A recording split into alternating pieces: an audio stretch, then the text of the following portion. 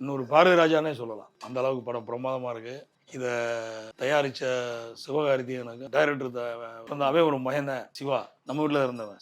சிவாவுக்கும் ராதிகா மேடத்துக்கும் நம்ம அந்த டீமுகளுக்கும் ரொம்ப மனமார்ந்த நன்றி. சூப்பர். அம்மாவோட அந்த சின்ன சின்ன கேரக்டர் எல்லாமே படத்தில் வச்சுருந்தாங்கல்ல, அதெல்லாம் பார்க்கும்போது எவ்வளோ ஆச்சரியமாக இருந்தது.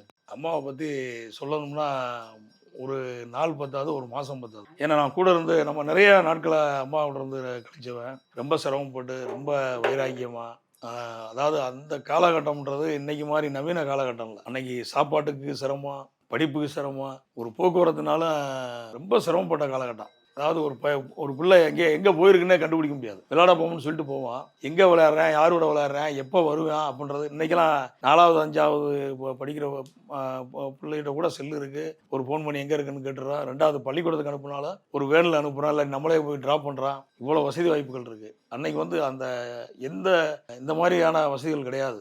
7 பிள்ளையும் பள்ளிக்கூடம் போயிருக்கா, வரலையா அப்படின்ற எந்த விவரமே அம்மாவுக்கு தெரியாது. ஏன்னா நைட்டு 3 மணிக்கு வியாபாரத்துக்கு போவாங்க. போயிட்டா மறுநாள் மதியம் 12 மணி 1 மணிக்கு வருவாங்க. வந்தவுடனே அப்படியே தூங்குறது தான் டைம் இருக்கும். தூங்கி எந்திரிச்சு அவங்க எந்திரிக்கும் போது நாங்கள் பூரா விளையாட போயிருப்போம், இல்லாட்டி வெளியில் போயிருப்போம். திரும்பி நாங்கள் வந்து தூங்க போகிறதுக்குள்ள இவங்க தூங்கிடுவாங்க. அப்படிதான் வாழ்க்கை ஓடிக்கிறச்சு. ரம்ஜானுக்கென்றே பிரத்யேக கலெக்ஷன்கள். ஆசியாவின் மிகப்பெரிய ஜவுளி சாம்ராஜ்யம் தி சென்னை சில்க்ஸ்.